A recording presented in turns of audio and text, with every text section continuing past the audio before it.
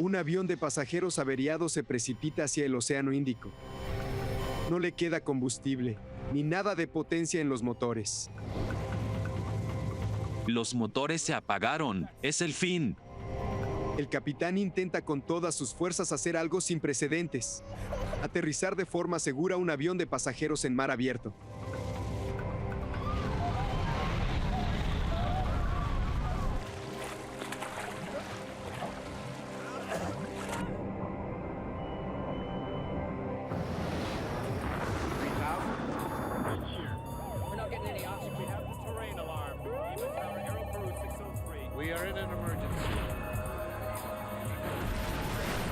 Mayday, catástrofes aéreas. La siguiente historia es real. La reconstrucción de los hechos está basada en las transcripciones de la investigación y declaraciones de los testigos. Las Islas Comoras, un encantador y recóndito paraíso vacacional ubicado en el Océano Índico. En este lugar, los días transcurren entre juegos en la arena y chapoteos en las suaves olas del mar. Pero a finales de 1996, un suceso termina con la paz de estas islas. Una aeronave se dirige a toda velocidad hacia la playa. Se trata de un avión de pasajeros que está a cientos de kilómetros de su ruta original.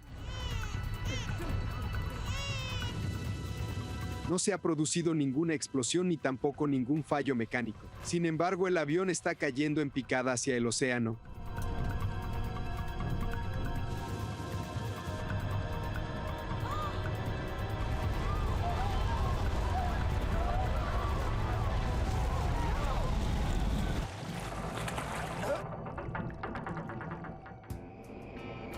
Aterrizaje en el océano.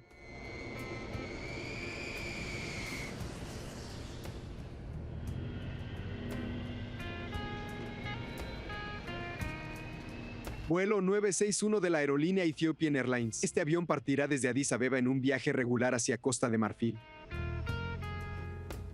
El capitán a cargo es Leul Abate. Este piloto de 42 años tiene mucha experiencia. 7.300 kilos. El tanque central está vacío. Él cuenta con más de 11.000 horas de vuelo acreditadas en su registro. Combustible total 14.500 kilos. Listo. El vuelo 961 de Ethiopian Airlines tiene programado hacer breves escalas en Nairobi, Brazzaville y Lagos antes de llegar finalmente a la ciudad de Abiyán. El combustible del avión alcanzará solo para el primer tramo del vuelo, así que recargará más en Nairobi. Tener menos combustible a bordo hace que el avión sea más ligero y eficiente. Interruptores apagados. El capitán Abate y su copiloto Jonas Mekuria estiman que su jornada laboral terminará en unas 12 horas, cuando hayan aterrizado en Costa de Marfil. Todo bien. Era un día soleado, con el cielo claro. Entre los pasajeros a bordo del avión se encuentran ciudadanos etíopes y turistas de otros países que viajan por motivos de negocio o placer. Michael Odenio es un empresario keniano que viaja de regreso a Nairobi. Él es uno de los pasajeros de clase económica. Un día antes, llamé a la aerolínea a cada rato porque quería subirme a ese vuelo. Y recuerdo que ese mismo día, como a las 11 de la noche, finalmente me dijeron que fuera al aeropuerto y que ellos tratarían de darme un asiento. A veces creo que yo mismo busqué estar ahí y vivir todo eso. Cerca de la parte delantera del avión se encuentra el asiento del pasajero estadounidense Frank Pancho Hodo.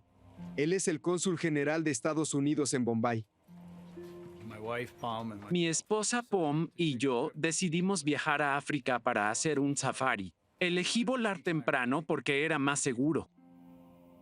Me incliné por Ethiopian Airlines por su buena reputación y porque era una de las 2 aerolíneas en África certificadas por la FAA.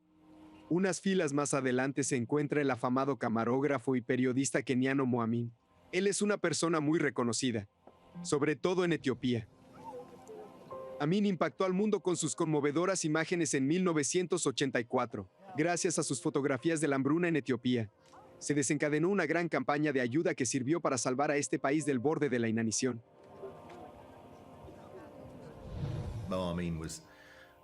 Creo que Mo Amin fue el camarógrafo más famoso de su época y uno de los personajes con el carácter más peculiar. Él es conocido por no abandonar nunca un enfrentamiento. Jamás ha dudado en meter las narices y su cámara en conflictos por toda África. Inclusive perdió un brazo por la explosión de una bomba mientras filmaba en Etiopía. Tras un breve viaje de negocios, ahora se encuentra en este viaje de regreso a Nairobi.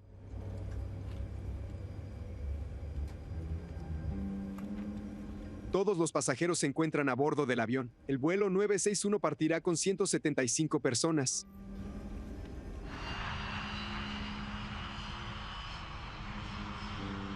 El capitán Abate conoce y está acostumbrado a esta ruta. Además, se siente muy cómodo al pilotar esta aeronave. B1. Abate y otros miembros de la aerolínea Ethiopian Airlines la llaman Zulu.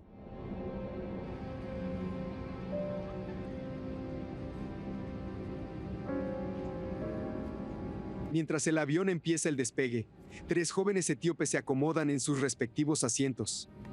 Todos bordean los 20 años. El avión se dirige a la ciudad de Nairobi, pero estos pasajeros tienen un destino distinto en mente.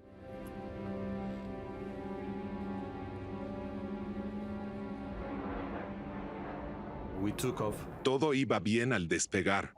La tripulante de cabina nos llamó para preguntar si queríamos beber algo. Sí, gracias. ¿Café? Que sean 2. Cuando el avión se encuentra a 12,000 metros de altitud, los 3 jóvenes etíopes deciden poner en marcha su plan. Escuché ruidos en la parte trasera y al voltear veo que alguien venía corriendo. Incluso empujaron a la aeromoza para abrirse paso.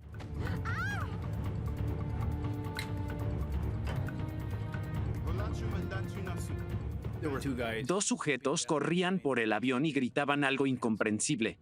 Detrás de ellos pasó un tercer hombre en completo silencio y pensé, esta coordinación es por un secuestro. Al principio todos nos miramos sin entender nada. Casi no dijimos ninguna palabra. Había ruido en la cabina y escuché que la puerta de la cabina de vuelo se abría de golpe. 3 hombres ingresaron a la cabina de vuelo de manera violenta y tomaron el hacha y el extinguidor como armas. ¡Fuera! ¡Fuera! Todo era muy confuso porque al parecer estaban atacando a los pilotos. Los 3 chicos gritaban, fueron de frente hacia el copiloto, lo golpearon y le gritaron, ¡fuera! Somos 11 personas. Si no haces lo que decimos, volaremos este avión. Le dije que haría lo que quisieran, pero que no hirieran a nadie. Los pasajeros de las primeras filas están muy preocupados, pero no comprenden qué es lo que está pasando. El capitán Leul Abate está solo frente a los jóvenes secuestradores. Pero a diferencia de la mayoría de los pilotos, él ha pasado por situaciones como esta y ha sido secuestrado en 2 ocasiones. La primera vez fue en un vuelo local. 2 secuestradores con granadas de mano entraron en la cabina de vuelo y nos obligaron a volar hacia Nairobi. El segundo secuestro ocurrió solo pocos años después, cuando pilotaba un Boeing 737. Además, tomaron rehenes e ingresaron a la cabina de vuelo. Dijeron que era un secuestro y que los llevara a Suecia. Ninguno de los 2 episodios acabó con personas heridas o muertas. El capitán Abate logró aterrizar a salvo en ambos casos, pero la situación política en la región es muy tensa, así que los secuestros aéreos son una lamentable realidad.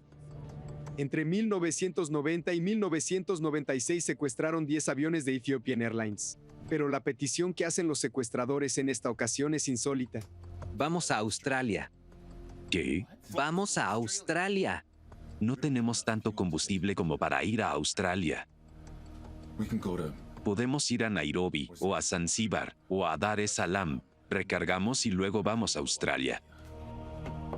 A decir verdad, el avión despegó con el combustible justo para un vuelo de 3 horas y media. Pero los secuestradores lo ignoran. Ellos habían leído en la revista a bordo del avión cuál es el tiempo máximo de vuelo que alcanza un 767. 11 horas. Australia no está a más de 10 horas de distancia. No tenemos tanto combustible. Dice 11 horas. No tenemos el combustible necesario para volar tanto.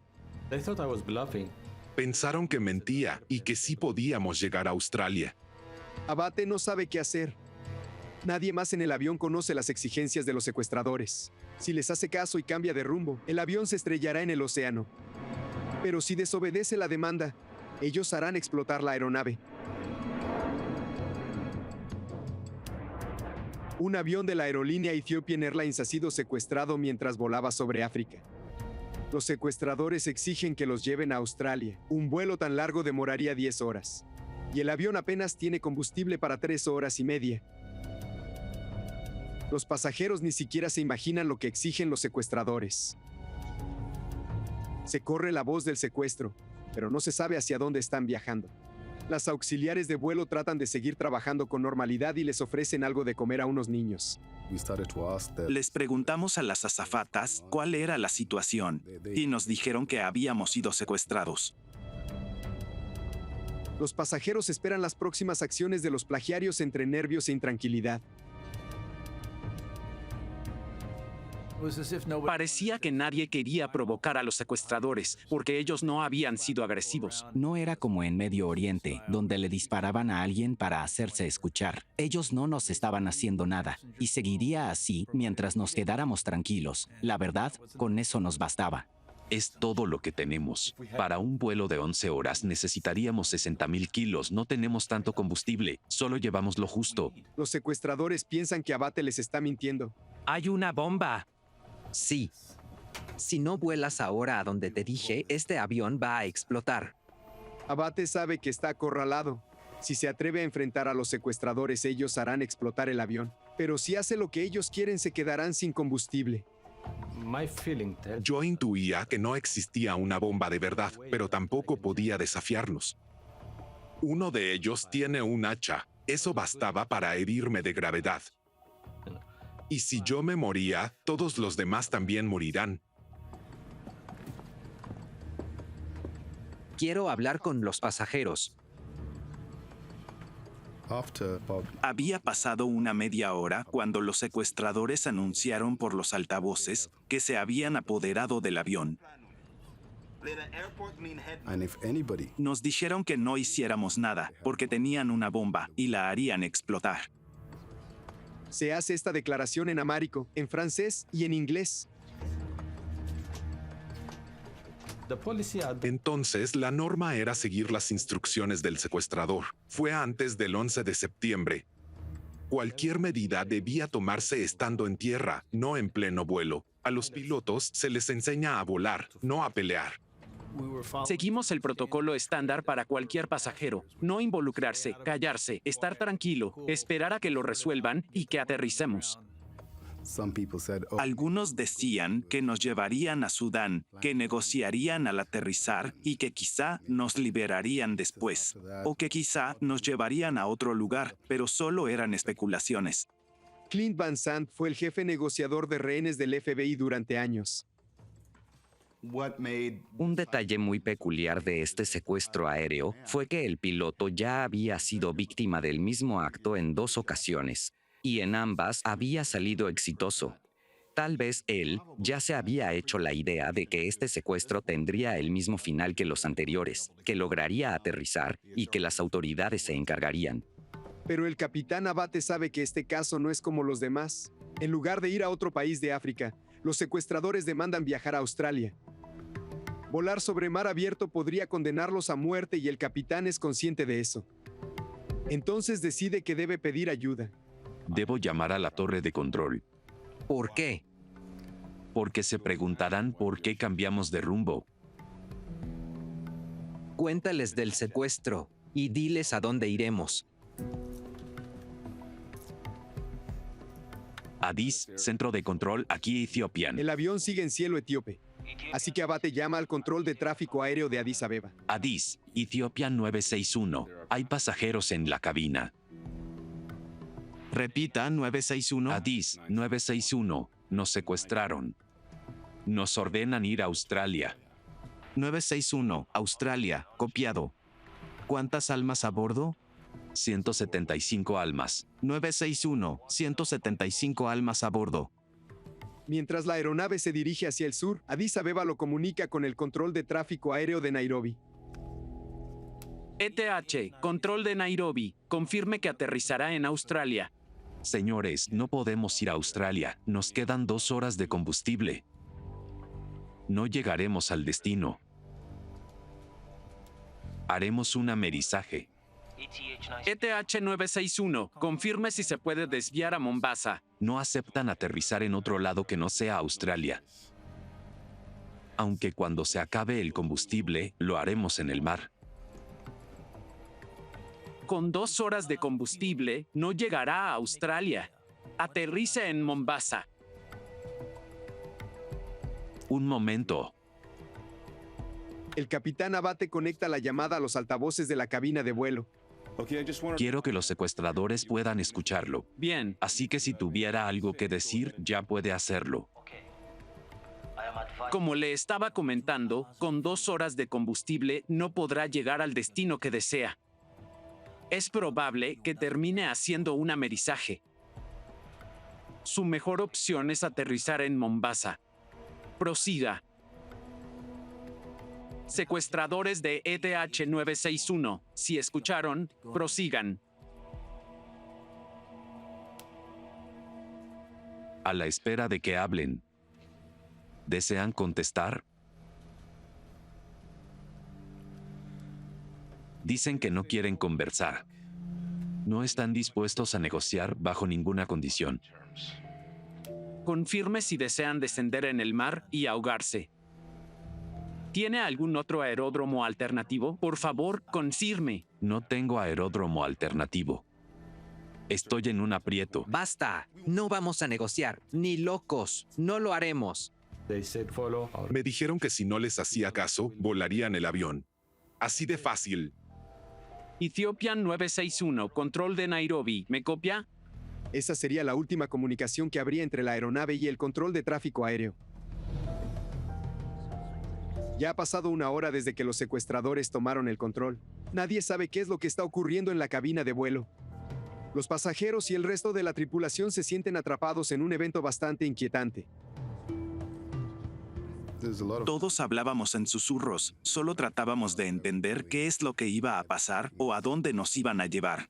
Conversaba con los pasajeros que estaban a mi lado y pensábamos que iríamos de un aeropuerto a otro, que habría negociaciones, hasta que finalmente nos liberaran. Estábamos yendo hacia el sur y se sentía una calma inquietante que generaba nervios y tensión. Nadie decía mucho, cada uno estaba aislado en su propio mundo. Abate sabe que solo tiene una parte del combustible necesario para llegar a Australia, así que decide oponerse a los secuestradores. Por eso sigue volando hacia el sur en lugar de girar al este para ir a Australia, y ellos no lo notan. Comencé a volar sobre la costa africana, de modo que si ocurría algo, tendríamos un lugar seguro donde amerizar o aterrizar, porque la mayoría de las ciudades están en la costa. Pero los secuestradores se dan cuenta de la maniobra del piloto al mirar por la ventana. Esa es la costa. Gira ahora. El capitán Abate ya no tiene otra opción. Debe girar el avión hacia el este y adentrarse sobre el vasto océano.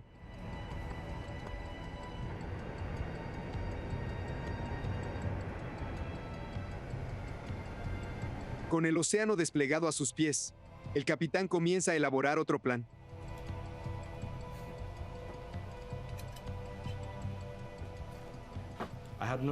No podía usar la carta náutica porque estaba en el lado del copiloto, pero recordé que tenía un pequeño atlas. Eché un vistazo y entonces vi las Islas Comoras. Entre el gran territorio africano y la isla de Madagascar yace su última esperanza de sobrevivir. Las Islas Comoras. Un alejado y encantador paraíso en el Océano Índico. No conocía el lugar, ni siquiera había oído la palabra Comoras, pero me dirigí allí. Solo lo pensé. En las Islas Comoras está su última oportunidad de aterrizar a salvo.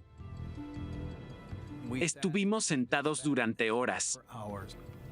Traté de leer el periódico, pero estaba tan nervioso que no me podía concentrar. No dejaba de pensar en cuánto combustible tendríamos, porque por norma se carga lo necesario para llegar al siguiente aeropuerto y para 45 minutos adicionales, por si acaso. Eso quiere decir que teníamos combustible para unas 3 horas de vuelo. Al ver que ya habían pasado 3 horas, me puse nervioso. Una alarma rompe de repente el tenso silencio en la cabina de vuelo. Es una advertencia de que al avión le queda menos de 30 minutos de combustible. Debo avisar a los pasajeros. No es necesario. ¿Sabes lo que voy a decirles? Ya no puedo hacer más, nos vamos a estrellar. ¿Quieres morir? Moriré de todos modos. Entonces te matamos. Basta de hablar. Tranquilo, tengo el hacha.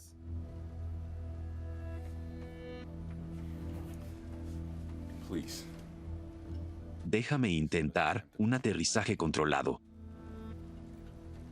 Voy a morir con él. Le demostraré que tengo agallas. Se acabó. Moriremos juntos. Al ver que ya casi no tenía combustible, Abate decide resistir. Pasamos sobre las islas y ya casi no quedaba combustible. En ese momento, decidí que no podíamos alejarnos del área y comencé a volar en círculos por las islas. ¿Cómo convencería a los secuestradores para que lo dejaran aterrizar? Si no hallaba pronto una respuesta, el vuelo 961 terminaría por estrellarse contra el mar. El capitán Leul Abate ha estado librando una batalla en solitario durante 3 horas. Unos secuestradores se han apoderado de su avión de pasajeros. Demandan que los lleven a Australia, pero el avión no tiene suficiente combustible. Las alarmas ya empezaron a sonar en la cabina de vuelo. Podría llegar a un aeropuerto cercano en las Islas Comoras, pero los secuestradores no aceptan negociar y no le permiten aterrizar. Abate sabe que las vidas de las 175 personas a bordo del avión están en juego.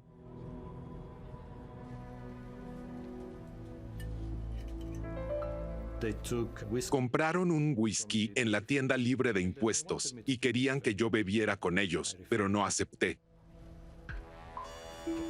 La alarma suena una vez más en la cabina. Uno de los motores ya se ha quedado sin combustible. Se está apagando. El capitán Abate se está quedando sin tiempo para actuar. Si el avión está a 12,000 metros en el vuelo de crucero, entonces no se va a quedar sin combustible en ambos motores a la vez. Lo más probable es que haya un desfase, y en este caso fue así. Primero dejó de funcionar el motor derecho. Noté que el motor sonaba diferente, y era porque solo uno estaba funcionando. Era un sonido mucho más profundo. Abate sigue los procedimientos de emergencia estándar. Enciende la unidad de potencia auxiliar del avión, conocida como la APU. Se trata de un generador que puede suministrar energía eléctrica cuando se ha perdido un motor. La mayoría de los pasajeros ignoran la gravedad de esta terrible situación. Pero el capitán Abate sabe que las vidas de todos corren peligro. Estaba a 12,000 metros. No podía seguir volando a esa altura con una falla en el motor. La aeronave empieza a reducir su velocidad de inmediato al perder el empuje del segundo motor. Las alas no generan tanta sustentación a una velocidad baja. Abate debe descender a una altitud donde el aire sea más denso. Eso permitirá que las alas generen la suficiente sustentación para mantener nivelado el avión. La aeronave no deja de descender, a pesar de tener solo un motor en funcionamiento y de haber perdido altitud. Las pequeñas Islas Comoras siguen estando al alcance de este avión averiado. Hay un aeropuerto en Moroni, su capital. El capitán podría aterrizar en él si convence a los secuestradores. Descendimos 300 metros. Eso pasa cuando un motor se detiene. Te guste o no, va a descender. Al quedarse solo en la cabina, el capitán toma una decisión arriesgada y les explica la situación a los pasajeros y tripulantes. Pasajeros, les habla su capitán. Nos hemos quedado sin combustible y ahora hemos perdido un motor. Haremos un aterrizaje forzoso.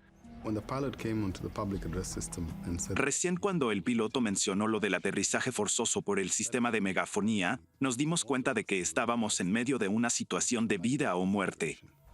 Abate aprovecha y hace una desesperada llamada de auxilio. Ahora hemos perdido un motor. Su intención es que los pasajeros sometan a los secuestradores para que él pueda aterrizar. Les pido a todos que reaccionen a los secuestradores. Gracias. Sabe el gran peligro al que se expuso al hacer ese último pedido. Esperaba algo de movimiento en la cabina, pero yo tenía que seguir haciendo mi trabajo. Tenía que cumplir con mi deber, mantener el avión bajo control y volar. El capitán Abate espera que los pasajeros hagan algo, pero su mensaje solo los confundió. Pidió que reaccionemos a los secuestradores, pero eso sonaba algo extraño. Nadie hizo nada. Creo que parte del problema fue que la forma en que nos pidió enfrentarnos a los secuestradores no sonaba natural, pero también estaba tratando de ser discreto para que ellos no lo entendieran. Pero uno de los pasajeros sí comprendió el mensaje. Como el periodista que era, Muamin jamás le había dicho que no a un desafío. Entonces se levanta y se dirige a la clase económica en la parte trasera del avión. Amin era un hombre que había pasado 20 o 30 años en algunas de las zonas de guerra más peligrosas de todo el mundo. Lo habían golpeado, le habían disparado, hasta lo habían apresado. Se podría decir que era como un macho alfa. Él podía convencer a cualquiera de hacer cualquier cosa. Fingió que iba al baño y comenzó a hablar con varias personas que estaban 3 o 4 filas delante de mí. Por su forma de actuar, se podía entender que quería que nos enfrentáramos a los secuestradores. Entre todos los venceremos. Son solo 3 hombres. Vamos, ayúdenme.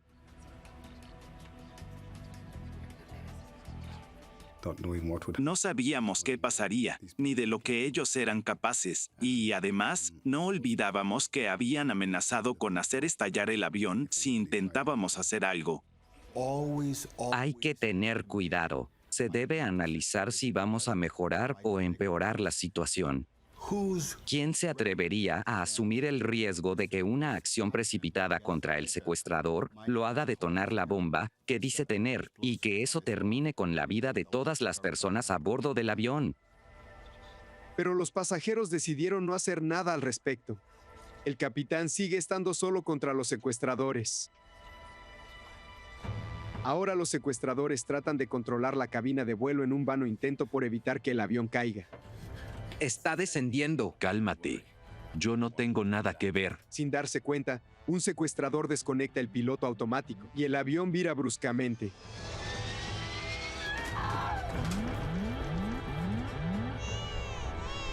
No te muevas. Escucha. No soy yo quien la está moviendo. La aeronave se está moviendo sola. Él trataba de pilotear y de desconectar el piloto automático.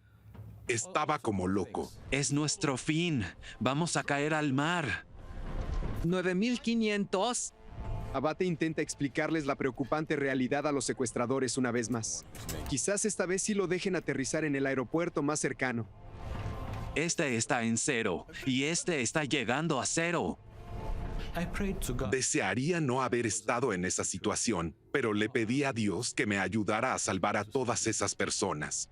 Damas y caballeros, siéntense y abróchense los cinturones, no entren en pánico. Me acerqué a decirle a mi esposa que la amaba, pero ella es una enfermera psiquiátrica bastante práctica y me dijo con firmeza: «Párate, ahora, baja nuestras bolsas del compartimiento, busca tu otro par de gafas, guárdalas en tu bolsillo, busca algo de comida para mí, quiero que me traigas esto, esto y esto». Eligió solo alimentos que no le fueran a causar sed. Dijo que me preparara porque en el agua no habría comida. Finalmente se acaba todo el combustible disponible. ¡Nos vas a matar! Deja eso y siéntate.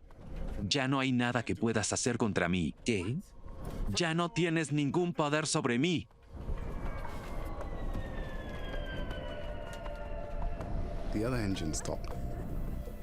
De pronto, el otro motor se detuvo. Luego empezó a hacer calor en la cabina. Las luces titilaron y poco a poco se apagaron. Es el fin. Los motores se apagaron. Es el fin. ¿Es esto lo que querías? Esta aeronave de $40 millones se ha convertido en un planeador de 100 toneladas. El avión ya no tiene combustible, y Abate no sabe qué más puede hacer. Será inevitable hacer un amerizaje de emergencia. Los motores se apagaron. Es el fin. ¿Es esto lo que querías? Casi 4 horas después de haber despegado, el vuelo 961 de Ethiopian Airlines se ha quedado sin nada de combustible. Los secuestradores han tomado el control del avión y han obligado al capitán a volar sobre el océano.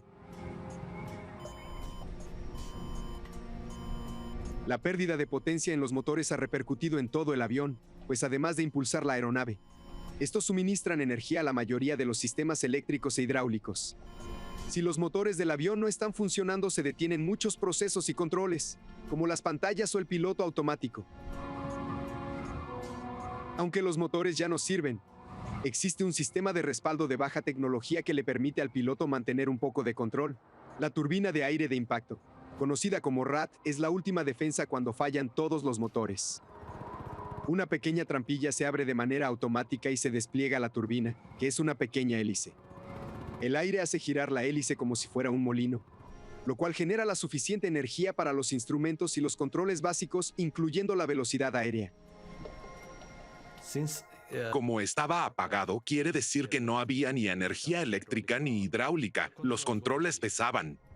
La turbina no brinda la energía suficiente para que Abate maneje los flaps, lo cual ayudaría a frenar el avión y permitiría el aterrizaje.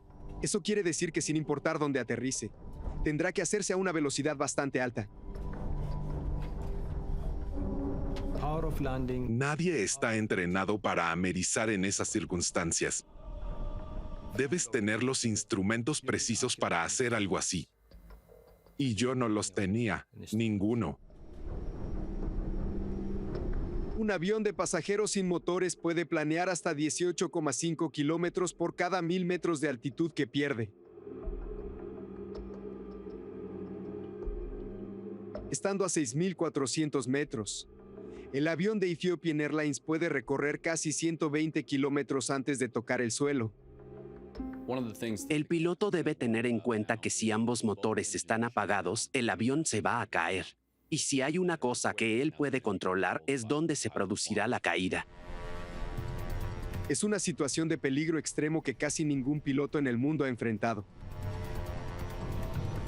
Un piloto de un Boeing 767 tuvo un problema similar en 1983.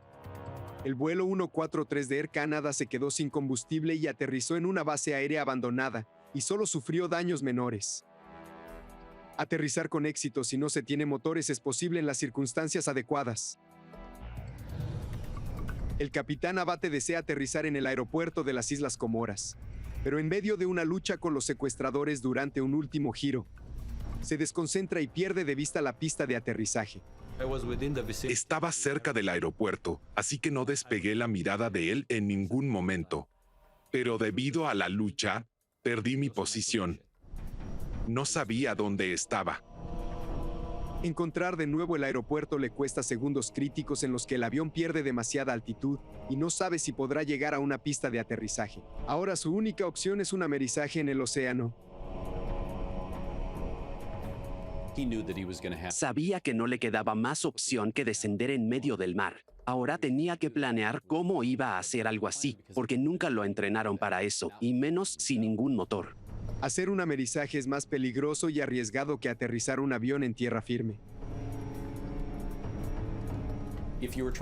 En un aterrizaje forzoso, el avión tiene una superficie por donde deslizarse, pero en medio del océano no hay una superficie así donde puedas amerizar. El avión va a descender y va a tocar el agua, y en algún momento, inevitablemente, se va a hundir.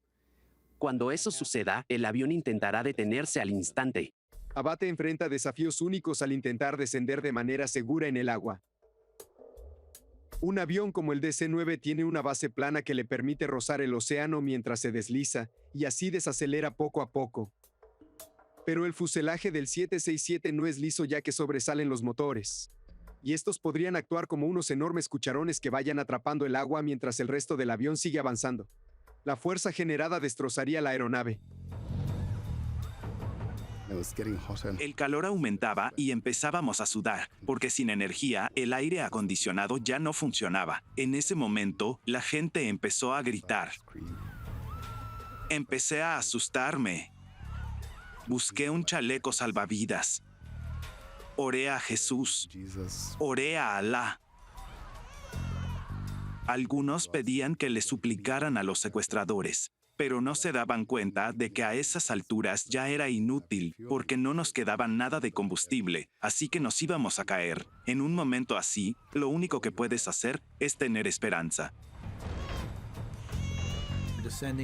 Mientras descendíamos, el avión se tambaleó fuerte un par de veces, porque en la cabina estaban peleando por los controles. Es mi responsabilidad. Los pasajeros deben saber la situación. Desciende y aumenta la velocidad. Eso no servirá de nada. Por favor. De todos modos, vamos a morir.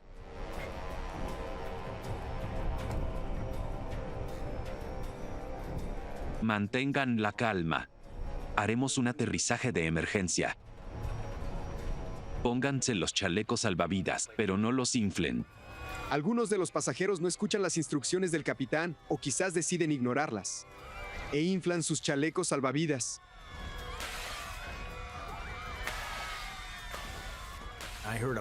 Escuché un ruido que venía de la clase turista y veo que todos entraron en pánico e inflaron sus chalecos.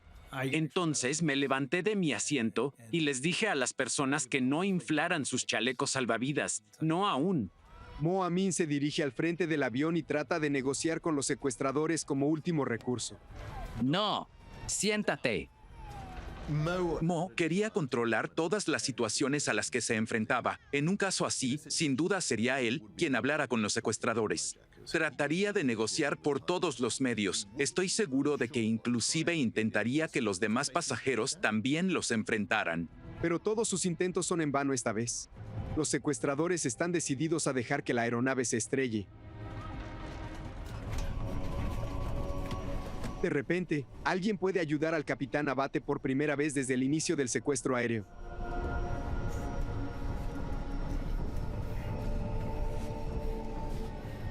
Los controles. Necesito ayuda. Están muy pesados. Les hicimos ver que estábamos cerca del fin y que debían sentarse y abrocharse los cinturones. Pero no quisieron. Nunca imaginé que alguna vez tendría que amerizar. Nunca imaginé que perdería 2 motores y que haría un aterrizaje forzoso en el mar. Nunca imaginé que tendría que vivir algo así en la vida. En los últimos segundos miré por la ventana y vi el mar. Entonces me coloqué en posición de emergencia. Muchas cosas me pasaban por la mente. Yo fui criado en una familia cristiana, así que dije mis últimas oraciones. Esperaba que, si existía el cielo, mis acciones me bastaran para poder entrar en él. Se alcanzaba a ver tierra desde la ventana. Entonces comprendimos que estábamos volando cerca de tierra, pero sobre el agua. Todos solíamos llamar Zulu a ese avión. Sentía que hablaba con él dentro de mí. Vamos, Zulu, yo sé que tú puedes. Saldremos juntos de esto. Yo confío en ti. Le hablaba así. Los turistas en la playa no pueden creer lo que están viendo. Una mujer toma su cámara de video y graba el terrible accidente. El avión está volando a más de 370 kilómetros por hora cuando impacta en el agua. El primer impacto fue muy suave y suspiré aliviado. ¡Wow! El golpe en el agua fue fuerte. El segundo fue como un choque a 50 kilómetros por hora. Sentí que el avión no iba a resistir. Con el tercer impacto, sentí que había muerto y me desmayé. ¡Oh, Dios mío! ¡No puede ser! Fue muy duro. La aeronave terminó partida en 3 partes. La cabina se desprendió, la cola se rompió y nos empezamos a hundir. El agua entraba a borbotones por ambos lados. Los sobrevivientes del impacto inicial luchan con todas sus fuerzas por escapar de los escombros. Aquellos que inflaron sus chalecos salvavidas quedan atrapados cuando el agua comienza a ingresar. La fuerza con la que entra los empuja hacia el techo del avión.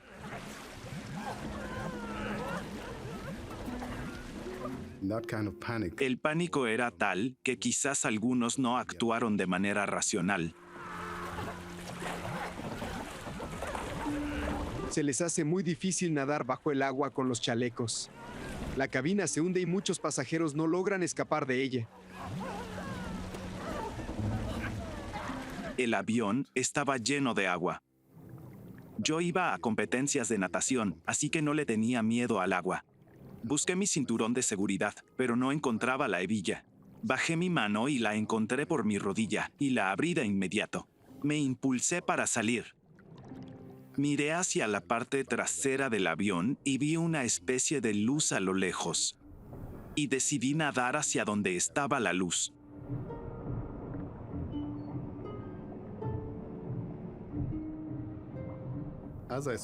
Un pasajero que intentaba salir me agarró de la pierna. Yo sabía que me podía ahogar por algo así, pero decidí no poner resistencia. Hasta que no pudo seguir más y soltó mi pierna. Entonces, seguí nadando para escapar de los restos del avión y subí a la superficie. La verdad, me sentía muy cansado. Cuando salí, me pregunté si estaba en el cielo. Porque para ese momento ya no sabía si estaba vivo o muerto. Traté de salir con el copiloto, pero él no estaba cerca. Entonces, pensé que ya era hora de que yo saliera del avión. Desperté, estaba flotando y me sorprendí de estar vivo. Mi esposa debía estar a mi derecha, pero al mirar, no la encontré. Me desesperé. Miré a mi izquierda y ahí estaba ella. Tan solo se había cambiado de lado. Estábamos flotando en el mar. Se veía una especie de acantilado desierto, como una isla tropical. Era como una película. Cuando me incorporé, vi todos los botes turísticos, las velas y otras embarcaciones más en el agua, y me di cuenta de que seguía aquí, en la tierra. Miré a mi alrededor y había muchas personas. Había chalecos salvavidas, escombros por todas partes, asientos destruidos, cuerpos flotando. En mi camino hacia la playa, de repente vi un pasaporte de Kenia en el agua. Me detuve a abrirlo y, aunque parezca muy difícil de creer, era mío. Entonces lo doblé, lo guardé en uno de mis bolsillos y seguí nadando.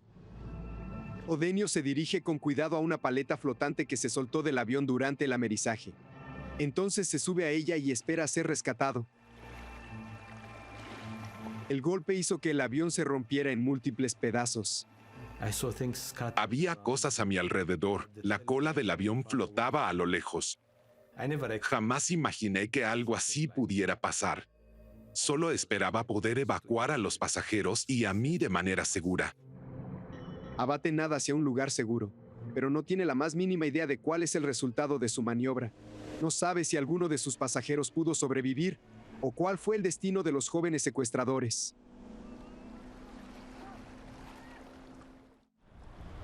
Tras una lucha de 4 horas con unos secuestradores, el capitán Leul Abate realiza un amerizaje de emergencia en el Océano Índico, cerca de las Islas Comoras. ¡Oh, Dios mío! El avión queda destruido, pero puede que muchas personas se hayan salvado gracias a su habilidoso acto. Para los sobrevivientes del accidente, la decisión de Abate de amerizar cerca de la costa permitió que el avión no se hundiera muy lejos, aunque haya quedado hecho pedazos. El agua no era muy profunda y algunas personas pudieron salir. Lugareños y turistas nadaron hacia los restos de la aeronave siniestrada. Un grupo de buzos que casi son golpeados por el avión también ayudaron con las labores de rescate.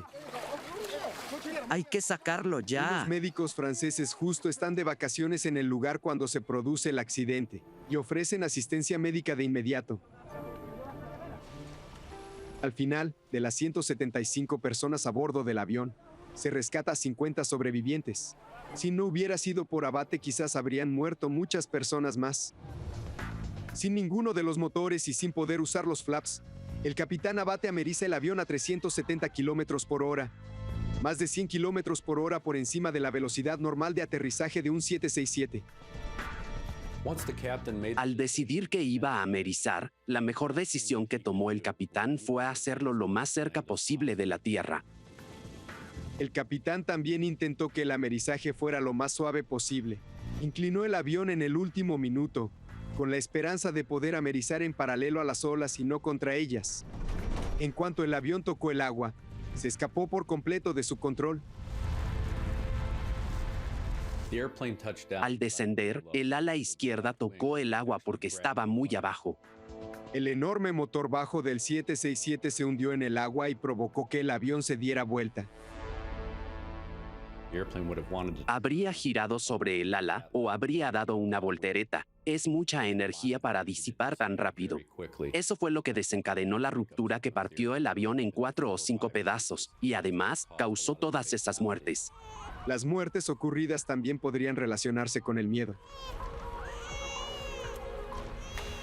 Pese a las instrucciones de Abate, muchos pasajeros inflaron sus chalecos salvavidas.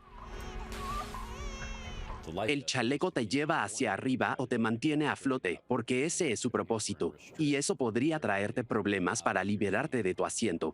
Algunas personas se habían quedado atrapadas en sus asientos cuando el avión se hundió y, por desgracia, se ahogaron. Mo Amin, quien había intentado que los pasajeros se enfrentaran a los secuestradores, estaba de pie al momento que se dio el choque fatal. Puede que haya sido arrojado contra un mamparo cuando el avión se estrelló y eso lo mató al instante. Mo había sobrevivido a miles de cosas. Y de repente, mientras estaba viajando en un vuelo ordinario donde sucedía una noticia que no conocía o que no tenía que cubrir, perdió la vida. Una muerte así para alguien como él es una terrible ironía. Los secuestradores se negaron a sentarse para el amerizaje y también perdieron la vida en el terrible accidente.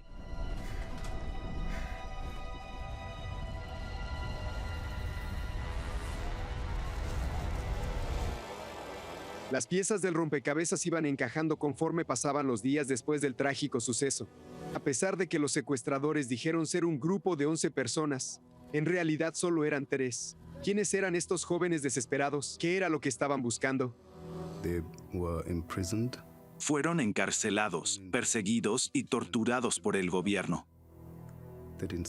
Nunca mencionaron de qué país, o eso es lo que tengo entendido, y comentaron que habían escapado y que iban a hacer historia. Tenían amigos en Australia y se reunirían con ellos ahí. Ellos querían irse a otro país, donde pudieran concederles el asilo político y tener una mejor vida. Antes del 11 de septiembre, a los secuestradores se les hacía muy fácil acceder a la cabina de vuelo. Si no haces lo que decimos, volaremos este avión. Pese a los muchos secuestros aéreos de las 2 décadas anteriores, la mayoría de las aerolíneas no intentaron asegurar las cabinas de vuelo. ¿Quieres morir? Moriré de todos modos. Entonces te matamos. Los secuestradores del vuelo 961 nunca fueron parte de algún grupo terrorista u organización política. Más allá de sus razones, su crimen dejó en evidencia cuán peligroso puede llegar a ser un secuestrador que no valora su propia vida. Moriremos juntos. Se insistía mucho en que era necesario reforzar la puerta de la cabina de vuelo. Tendríamos que poder evitar que cualquier persona pueda acercarse a esa zona, entrar y apoderarse de un avión. Pero no se hizo porque no querían invertir ese dinero o porque no les parecía una amenaza. No se actuó. Recién después del 11 de septiembre, todas las aeronaves que transportan pasajeros tienen la cabina de vuelo bloqueada para impedir los secuestros.